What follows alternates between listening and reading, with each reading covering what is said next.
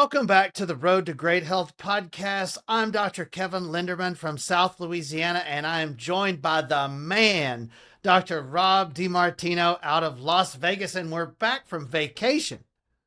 I know, the both of us, right? 2 weeks off, vacations for Both each. of I us. love it. Yeah. So Dr. Rob, 2 weeks ago, he said, I'm going to be out next week. I have vacation. We'll be back to next week. I said, no, I'm out the following week.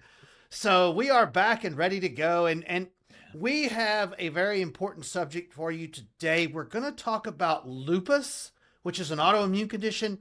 And we're also going to talk about an autoimmune marker on blood work called ANA.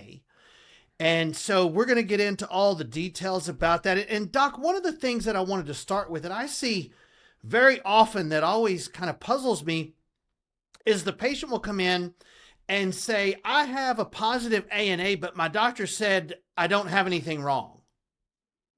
Yeah, that's a new trend. That changed Yeah. over the last handful of years. That was never the way that they looked at that before. But really, what that ultimately means is they'll run the ANA. It's a kind of a general marker. It means anti-nuclear antibodies, right? So your immune system is sniffing around the nucleus of the cell. But then they'll do reflex testing, which means they'll look at different patterns that will exist underneath ANA. And that will help you with the diagnoses, right? So then you get, okay, it's lupus or it's Sjogren's or it's scleroderma or it's mixed connective tissue disorder, whichever one of the disease falls into those categories. And if they don't find any of those patterns, then they say, well, we can't name the disease, so you're fine. Yeah. We'll And we'll just we'll just watch it. My favorite, one of our yeah, favorite medical terms, right? we'll just assume your immune system has some sort of problems with your nucleus, and that's probably fine, right? So, and even Yeah. if you look it up, it'll say, like, I was curious because I was looking it up beforehand because I know that there's this representation that they say, well, sometimes healthy people will have this, and they say about 15% of the population has this positive, even if they're very, very healthy. And I will tell you that there's no such thing as that. What that Right. means, and really in translation, is that it's not severe enough to be able to be categorized as a specific disease yet, Mhm. but it's still a Yeah, problem. it's kind of like, well, the bottom floor of the house is on fire, but the whole house isn't burning yet. So we're just gonna watch it, and then we'll see if we can put the fire out once it engulfs the whole house.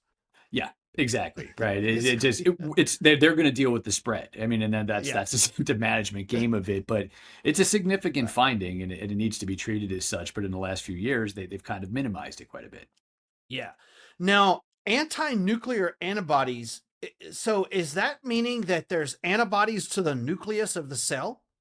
Yeah. So the body is starting to sniff around where your DNA is housed. That your body is starting to sniff around that there is a problem there. And it's obviously a big finding. It's an important area of the cellular structures. We're going to talk about, Yeah. how a lot of those things occur because I'll tell you, doing history with these patients is like throwing darts. They're almost all exactly the same. They have almost exactly the same story, exactly the same history, exactly the same medication uses. And that's the part that kind of typically gets missed because they don't talk about how these things actually get there. But if somebody has a positive ANA and they get one of the reflex diagnoses, they're just going to go to rheumatology, and rheumatology is going to use what we call the four horsemen of rheumatology, right? It's the Plaquenil, it's hydroxychloroquine, it's the prednisone, it's the methotrexate, right? These are the four drugs that they use for all of those different types of problems in some sort of combination or the other. But really has no conversation around why this happens, what in history happens, what makes it start, how do you make it potentially go away. Those are the things that we obviously really want to get into today. But again, think about it. The ideology of your immune system saying that there's some sort of problem with that part of your cell is nothing to sneeze at, right? It's an important thing. Yeah. The nucleus is kind of important, right? Yeah. Yeah. Right. Yeah, for sure. So walk me through what goes on in your head whenever you see positive ANA on blood work. What are some of the things that you start thinking? So we start asking real specific questions about history, right? So history is actually the first and the most important thing when it comes down to this. And we start asking questions, especially about at any point in life, but especially at a very young age. Was there any time where there was a lot of use of antibiotics? Right. So we're looking for antibiotic use. We're looking for, was there a lot of strep infections? Right. So that's sore throat. tonsillitis, having tonsils taken out? Is there a lot of ear infections, ear tubes, a constant need for antibiotics for that? It could not be in those two, and it could be staph. I've seen it be with staph infections as well too. But 80% of the time, it's going to be between strep and staph, or there's going to be a time frame in life where somebody had a long-term use of antibiotics or a lot of use of antibiotics, and a lot of the times that this was in childhood. And it's so funny because every time I sit with somebody who has this antibody and I ask them these questions, they get this look on their face like, how did you know that? And sometimes I have to get real specific, right? Like, did you have a lot of infections as a kid? No. Did you have to have like your tonsils out of your ears, have tubes? Oh yeah.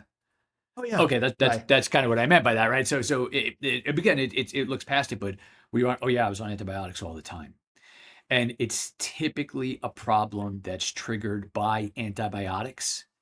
It's usually precluded by a strep infection. That's the thing that they tend to want to go for. Strep tends to drive with ANA, but it's the use of the antibiotics, and we'll get into all this, but it's the use of the antibiotics for those infections at an earlier point at life that eventually causes the damage that the immune system is then looking for when we start getting an ANA positive.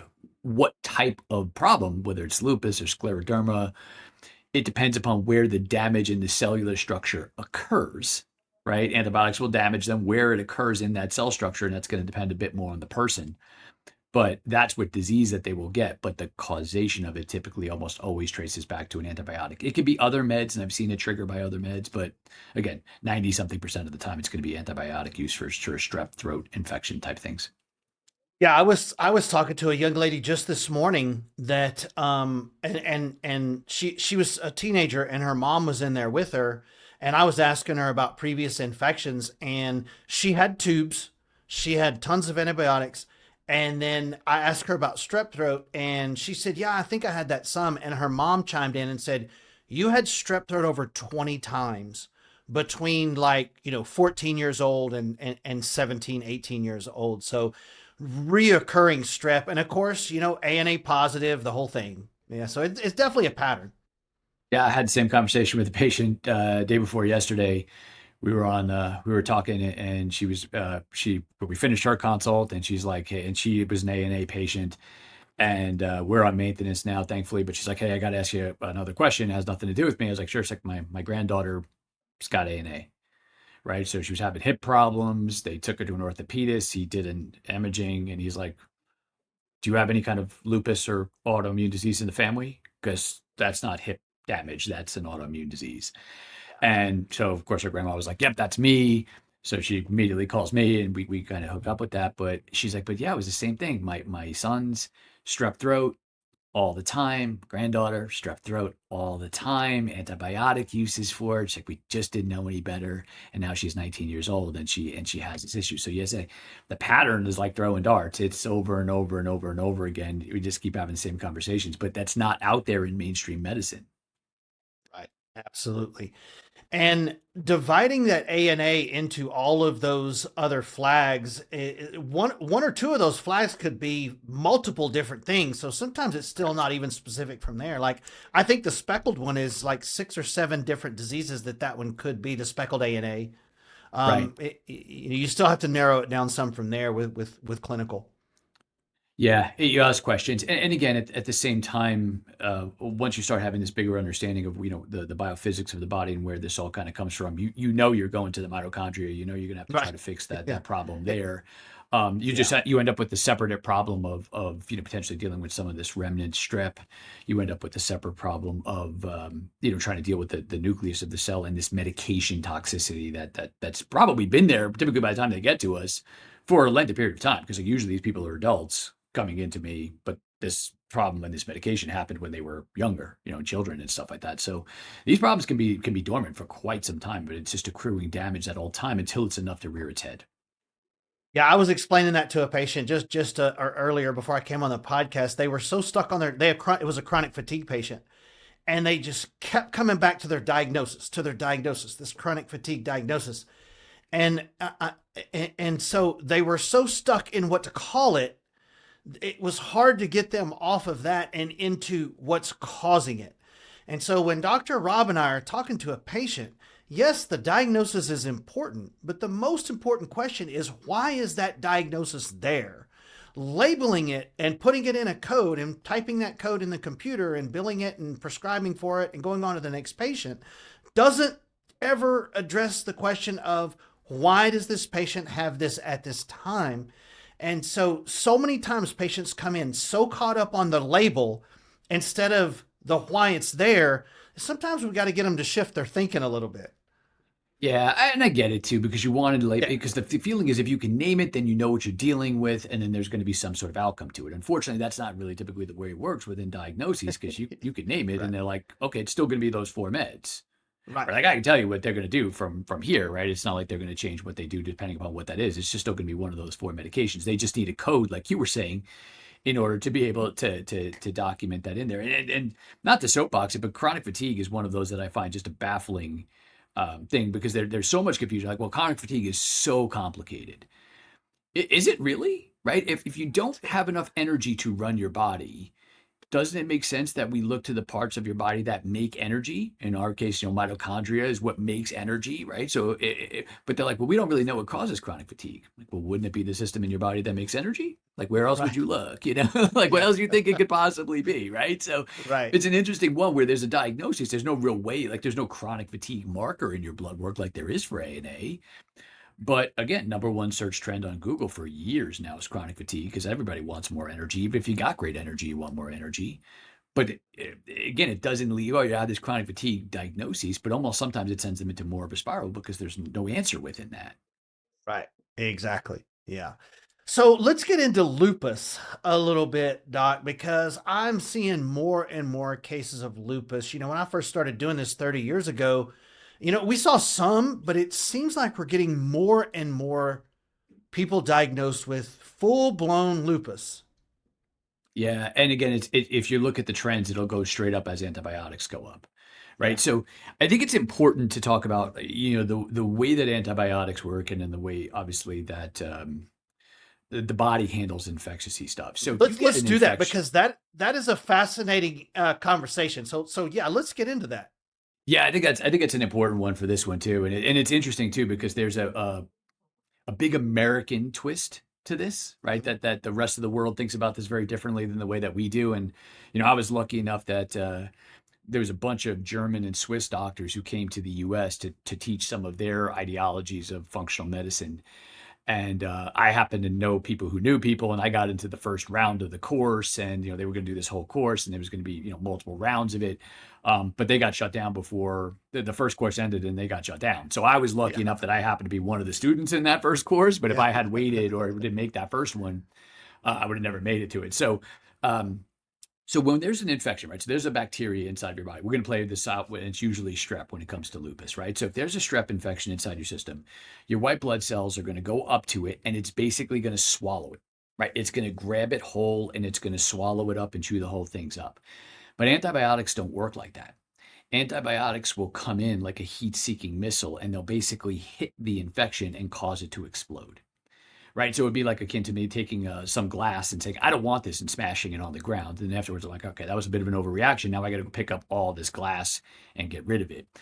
And I could pick up the glass, but little shards of it will start to get buried into the carpet, and they can create problems if you don't see them and you're walking barefoot. Right. So this is what we call cell wall deficient bacteria. So what makes a bacteria or anything infectious is that it has an intact cell wall. And the interesting thing about an intact cell wall, so basically it means it's a whole structure. When you have an intact cell wall, it's also what allows infections to be cultured, infectious agents to be cultured. So if you've ever had strep throat, they stick the Q-tip in the back of your throat and they choke you for a second, and then they rub it on the petri dish and they say, we'll call you later, and they go and they check, they get that to ferment, and then it comes back and say, okay, yeah, you have strep throat, right? You have strep, and we'll give you X, Y, and Z medication. But when you use an antibiotic for that and it destroys the cell wall, now it actually can't be cultured, because the cell, without the lack of the cell wall, it can't be cultured. So the interesting thing is, in the United States, even though there are books written about cell wall deficient bacteria, even though there is hardcore research outside of the United States that links cell wall deficient bacteria, especially in the form of strep, causing ANA and lupus type of disorders, inside the US, the idea of cell wall deficiency does not exist, because in order for something to be categorized as an infection in the United States, it has to be able to be cultured. And because cell wall deficient bacteria can't be cultured, because we cause most of the cell wall deficient bacteria by overuse of antibiotics. And you've mentioned many times about it's not even just taking antibiotics, it's all within our food source, right? You do a good job of bringing that up in our podcast because sometimes I'll gloss over that, but you always make me come back to that. Like, yeah, it's true. Food source is a huge portion of antibiotics. Because we are so heavy usage of antibiotics, we get a ton of this cell wall deficient bacteria. So now you get these little pieces of the bacteria that can get into different parts of your body. And when they get in there, they confuse your immune system, right? So now your immune system is going wild and it starts carpet bombing everything in the area, trying to get this little piece of bacteria that's now kind of hidden inside the system. But if it does that, it's going to create this whole autoimmune type of reaction. So we have the one side of this where we've got this negative reaction to these bacterial fragments that we've caused by overuse of antibiotics. And then, which we'll talk about here in a second, you have this whole second side of this then too, where the antibiotics themselves actually damage parts of the cell itself. They're called the mitochondria, which are bacterial in origin. So if you're taking an antibacterial, it's going to damage the mitochondria, which triggers an autoimmune reaction. So in lupus, we get this double-fanged reaction here that we've got these antibiotic-caused fragments of bacteria that's confusing the hell out of your immune system. And then the antibiotics themselves actually damage the cellular structures, triggering damage to certain parts of the cell. They're called ribosomes. And then ribosome damage leads to positive ANAs. So again, outside the US, like when I did this training with these German doctors, they kind of laughed at us. Like I remember talking to them and I was laughing. I was like, we were saying like, man, the lupus is tough. And the guy literally laughed in my face because he's like, it's not tough at all. He's like, but you're American. Which I was kind of like offended by, but I was like, well, what do you mean by that? And then when he went through the course, he explained it. I was like, I've been through everything. Like I go to seminars constantly. I've been everywhere. I've listened to everybody.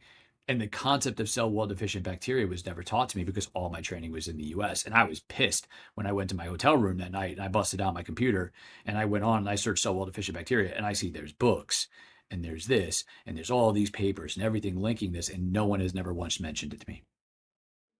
Yeah, it's really crazy. I had never heard of cell wall deficient bacteria either until, till you taught us about it, 10, 15 years ago now. And I just find that fascinating that, we think antibiotics are killing an infection just like your immune system kills an infection. And the two methods of operation are totally different there. One is like putting a glass in a trash bag and breaking it. The other one is just throwing it on the floor. And it makes a huge difference whenever you start recognizing there's other things other than just this American way of thinking whenever it comes to getting sick people well. It was really quite an eye-opening experience to be there with them because their viewpoints on things were so different, right? And these were the guys who they ran the clinics like where our rich and famous people, like our presidents, our actors and actresses, when they got sick, they flew over there and they treated with them. And actually, that doctor now has since retired. One of my mentors, he's since retired now, but it was a wildly different conversation than anything we'd ever had here. But I was also again blown away by how much documentation there was around this, and then for a very, very, very long period of time, and it was just never being dealt with that way, right? They were just saying, well, again, we don't know. But then it was funny because then I came back to clinical practice and I started asking questions of my ANA patients. I'm like, hey, do you guys have, do you have this history? Oh yeah. Oh yeah. Right. Every time. And it was 99% accurate. And I'm going, oh man, these guys are definitely onto something. And then all of a sudden, when you start using those ideologies, these problems all of a sudden start doing very, very well. And it can create a lot of confusion in the medical world, but again, they also have to be very, very careful about potentially using antibiotics sometime later in life. And we'll talk about the mitochondrial side of it, but that piece of data was worth its weight in education for me of going to that course because that was wildly eye opening. Super interesting. And so sometimes we even see that on live blood. We'll see a white blood cell completely engulf. It's like it wraps its arms around something bad and completely engulfs it where there's nothing can get out and it deals with it inside. Whereas antibiotics don't do that. It blows it apart. Yeah, I And like the so, analogy of breaking it inside the bag. That's a good one. yeah, Yeah. Let's get into how that then goes and damages the mitochondria. Yeah. So what'll end up happening is when this bacteria free floats, right, it confuses the immune system because your immune system is looking for that cell wall, right? And if that bacteria gets into different parts of the cellular structure, it's going to trigger it to send out a signal that there's danger, right? So the cells themselves are always signaling back and forth to each other, but it's always going to be able to signal out to the immune system saying, hey, there's a case of danger here. And there's no real way of being able to know how much of this in a pie chart is coming from the bacterial fragments themselves, how much of it is coming from the mitochondrial damage, right? Because mitochondria will get specifically damaged by certain antibiotics, right? Certain antibiotics will damage mitochondria in different ways. The worst ones are the type of antibiotics that are fluoride based. I've had quite a few patients trigger ANAs after surgicals because the one thing they don't talk a lot about is anesthesia is a fluoride-based medication. And fluoride is incredibly toxic to the human body, and fluoride is incredibly toxic to your mitochondria. It is incredibly electronegative, which damages mitochondrial function. So, like the fluoroquinolones, any of those guys are fluoride based and they are ugly medications. In fact, SSRIs, serotonin reuptake inhibitors, are also fluoride based medications too. So that happens quite a bit where it can cause all kind of damage. But so it's hard to tell what comes what, but when the antibacterial medication damages the bacterial origin of the mitochondria, one way versus the other, those cells are going to start to signal the immune system saying, hey, we are damaged, or there's an intruder in here that shouldn't be in here, and we need help. And your immune system is going to be the one that gets that call, just like calling 911 for the police, and they're going to run to the area and it's going to start pumping out all these other inflammatory chemicals, which all of the drugs, the four horsemen of rheumatology we talked about before, all those drugs then are designed to reduce the amount of inflammation that your immune system cells are going to throw out at your mitochondria once they're damaged. Right. But all that's doing is leaving the damage in the mitochondria and stopping your immune system from being able to potentially fix this issue, find that infection, kill it, or, repair ultimately the mitochondrial function. Right. At some point, it's either going to have to be the resolution of the problem, which is fixing the mitochondria, getting that infection to go away, getting the immune system to call off its dogs, or just basically unplugging your cell's ability to call 911, despite the fact that there's an intruder in the house, right? You still want to be able to Yeah. call out at that point. But Right. that's why all of a sudden you see, okay, now I have one autoimmune disease, now I have two autoimmune disease, now I have three autoimmune disease, now I have four autoimmune disease, because this damage is running rampant, and all we're doing is controlling symptoms. Which, again, when people are in discomfort, there's this obvious draw towards that. But you've got this rolling fire, and we're just unplugging smoke detectors. Yeah. And Yeah. that's less annoying on your ears, but it means the fire is still rolling, and we're just going to keep causing more damage, which triggers more diagnoses somewhere down the road. Yeah. Now, the way I understand cell wall deficient bacteria too, one other thing we didn't cover as well on that is the way your immune system determines if something is a foreign invader and it's bad for you is that it bumps into that cell wall and it reads it like a USB charger. And it Yep. will bump into that cell wall and say, this is a bacteria, I need to attack this. Or it'll bump in and say, oh, that's a human cell, leave that one alone. And if you lose that cell wall because the antibiotic has sort of blown it off, your immune system bumps into that and it doesn't know what to do. Is that Yeah, right? it doesn't know. Yeah, it does. It can't plug in, right? So there has to be a Yeah. connection towards it. And it reads that protein structure and it says, oh, okay, this is a cell wall. This is a bacteria. This shouldn't be here. I got to eat this up. Right. But when we basically almost cloak it in a way because we've damaged it. And if you look up cell wall deficient bacteria, sometimes you'll also see it referred to as L form bacteria, Yeah. just in case somebody's researching off of this. And they call it L form because it was discovered at the Lister Institute in England. So they named it L form. But it has to be able to identify it.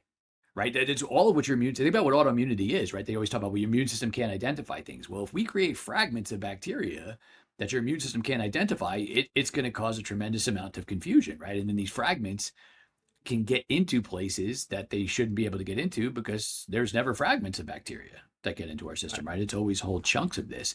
But again, this always runs back. And I think the resistance to being able to, because I've asked every lab in the United States, like, hey, would you test cell wall deficient bacteria for me? There is not a lab out here that will do it. That there's one that I found. We used to ship it to like overseas, which was a royal pain because half the time trying to get out of Vegas, it's 8,000 degrees right now, so like it dies up before it tries to get out there.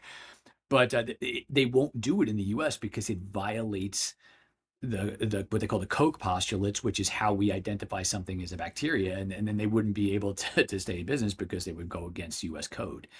So it is a wild phenomenon that needs to be addressed. And there's easy ways of handling this from a natural medicine ideology, but A, you have to know that it's there. B, you have to have this understanding of it. And then you have to deal with maybe progressively worsening things. So we're talking about a bacteria that gets in. We're talking about an infection that happens that gets to a place it shouldn't be. And we're talking about antibiotics damaging mitochondria. But the other part of this that can get really involved is they'll start to spill all of this material. Like these cells will damage, and that material, that damaged mitochondria, that mitochondrial DNA will spill out into the cell structure. And now you've got more bacterial remnants and viral remnants that looks like, oh, that's spilling into the blood system. And that makes your immune system go wild because, again, now it's going to signal to the immune system. It says, we have to go in and mop this up. So your red blood cells help you mop it up. And now all of a sudden they come in with associated anemia because now all their red blood cells get super inflamed.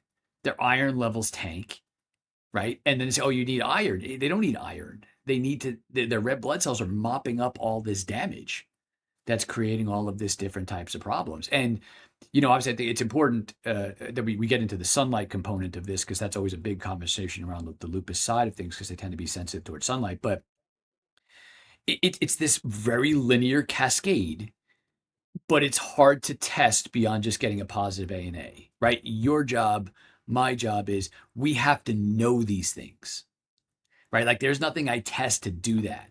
I have to know how this happens. I have to know the questions to ask in history. I have to understand the science, and then I have to apply what I have to fix that science once that ANA triggers, hey, this is going on. But again, we like to see what we can feel and touch. There is nothing that lays this all out. You just have to be able to know this and have a grasp on that science. And once you do that, these problems become much more explainable and understandable, and the outcomes get significantly better versus the traditional thing of, hey, we don't know what causes this, just take these medications to reduce the inflammation. Yeah, instead of just you're unlucky and got lupus. Like there's reasons for this to happen. So you mentioned sunlight, Doc. That was going to be one of the questions that I had closing up here.